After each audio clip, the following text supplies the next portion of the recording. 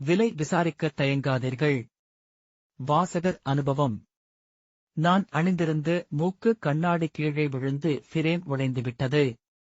ஆனால் 2 கிளாஸும் சிறு விரிசல் கூட விழாமல் நன்றாக இருந்தது. கண்ணாடியை சரிசெய்ய கடைக்கு எடுத்துச் சென்றேன். கடைக்காரர் உடைந்த பிரேமை பார்த்துவிட்டு, இந்த கண்ணாடிக்கு பொருத்தமான பிரேம் தனியே கிடைக்காது. புதிய கண்ணாடிதான் வாங்க வேண்டும். 2000 ரூபாய் ஆகும் என்றார். நான் பணம் ஏற்பாடு செய்து கொண்டு வருகிறேன் என்று சொல்லிவிட்டு, இன்னொரு கடைக்குச் சென்று விசாரித்தேன். கண்ணாடி நன்றாக இருக்கிறது. வேறு பிரேமில் பொருத்தித் தருகிறேன். 400 ரூபாய் ஆகும் என்றார் கடைக்காரர். அவர் கேட்ட தொகையை தந்து கண்ணாடியை சரி செய்து கொண்டேன். ஒரு பொருளை பழுது பார்க்கவோ, புதிதாக பொருள் வாங்கவோ கடைக்காரர் கூறும் தொகை அதிகமாக இருப்பதாக நினைத்தால், அடுத்த கடைக்குச் சென்று விசாரிக்க தயங்காதீர்கள்.